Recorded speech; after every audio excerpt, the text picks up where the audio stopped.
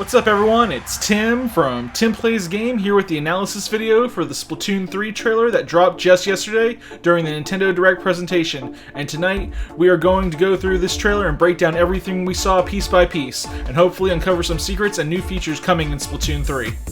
The first thing we see is a canyon or desert type area, and it then pans out to see what looks like a train graveyard. We can also see some storage containers and yellow tape made into a makeshift fence. This could also be a junkyard setting for a map or a part of the story mode. We then get a shot of a hooded figure with a small fry salmonid beside them. The hooded figure wearing the large reflective shades and a face mask, which would be useful when trying to survive and trek through a desert climate. The hooded figure reveals themselves to be an Inkling. We can deduce that this is how the game and or story mode will begin. A customization menu fades in, asking us to select from one of four styles. The first being a feminine Inkling with thin eyebrows and larger eyes, the second being a masculine Inkling with thick eyebrows, the third being a feminine Octoling with thin eyebrows, and the final being a masculine Octoling with thick eyebrows. It seems that the ability to play as an Octoling will be available at the beginning of Splatoon 3 without the need to purchase any downloadable content. I also like how they did not categorize the styles as boy or girl for the sake of gender fluidity.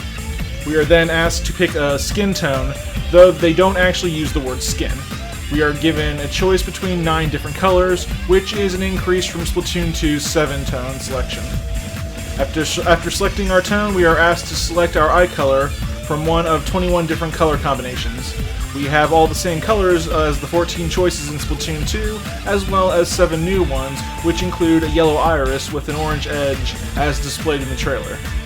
We then get to choose our hairstyle, which include the 4 new hairstyles for Inkling. We then get to choose our leg wear. All of the styles from Splatoon 2 return to be used by any style, plus a new style which appears to be a poofy shorts. When asked if we are happy with this customization, we get a clear shot of the first new weapon, which appears to be an archer bow with an ink tank, but more on that later.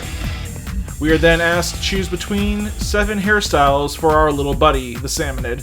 It appears as though we will be getting pets in this game, at the very least a pet salmonid.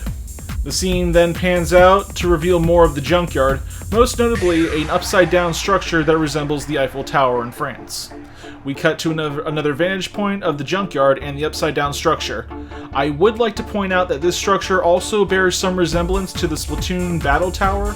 However, if you compare the two buildings, you'll note that there are noticeable differences in color and structure. We can conclude that the upside-down building we see here is definitely not the Splatoon Battle Tower.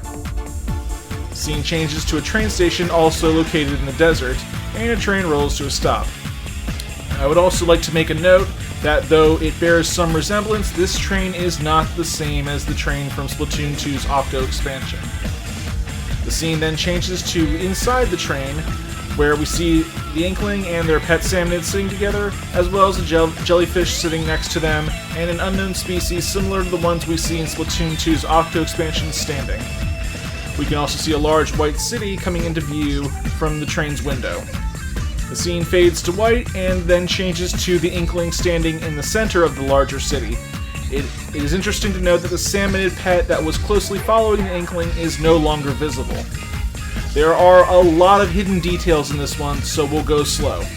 First, notice that some of the Inklings and Octolings in the city are wearing clothes and gear from the previous Splatoon games. This leads me to believe that all the gear from previous Splatoon games will be coming back in Splatoon 3, and there may even be a way to transfer your gear from Splatoon 2 to Splatoon 3.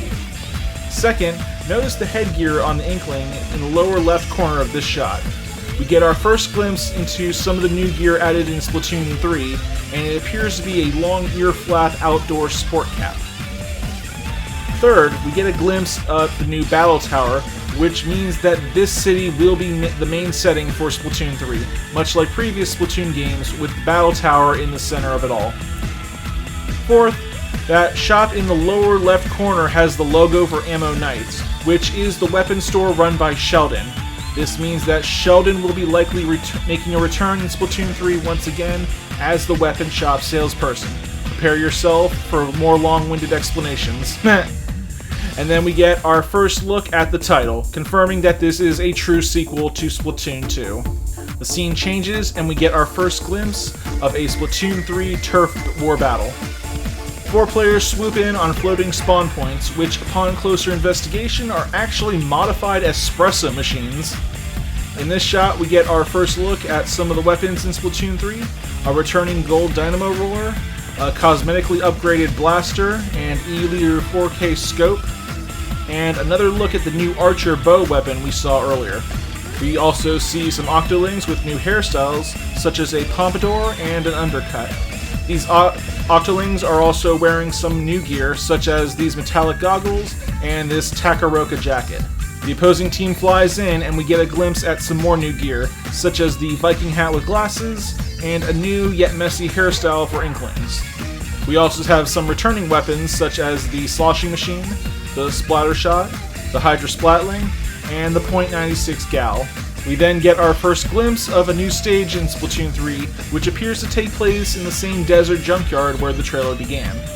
We also get to witness a new feature in regards to how battles begin, being able to jump to any point visible from a floating spawn. I really like this new feature as it increases the intensity of battle in the first minute. I also want to point out that there is a spawn point similar to the ones in Splatoon and Splatoon 2, so the floating spawn point will probably only be used at the beginning of the match. Next we see the battle begin and the archer bow weapon being used, which fires 3 blasts of ink simultaneously in a vertical line only after being charged. Apparently this archer bow is a new form of charger weapon. Off in the distance of this shot, you can see a blue team member using a special weapon that fires off 3 large blasts of ink at once. As the camera pans out, we can see another special weapon being used that looks like the Stingray from Splatoon 2, except that it appears to be firing in a crisscross formation.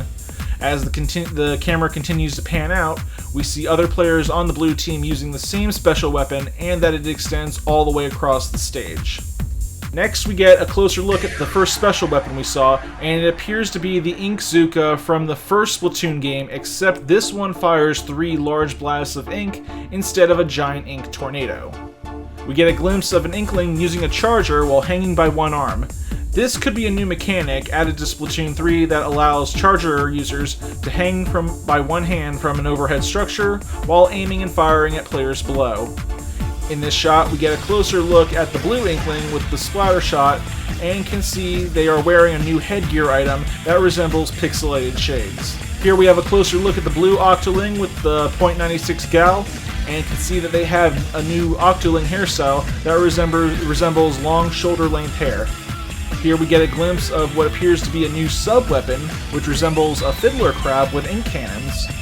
We get one more shot of the Ink Zuka being used before the screen fades to white. The trailer ends with the phrase, "back into the ink," and that Splatoon 3 plans to release in 2022. And that is going to wrap things up for this analysis of the Splatoon 3 announcement trailer. If you have any thoughts, or think there's anything that I might have missed in this trailer, please let me know in the comment section below. Be ready for when Splatoon 3 drops next year, because I can already tell it's going to be an instant classic. Thank you guys so much for watching this video. Make sure you like this video, subscribe to Tim Plays a Game, and stay tuned for more Splatoon related videos. Till next time, this is Tim from Tim Plays a Game signing off, and have a good night, guys.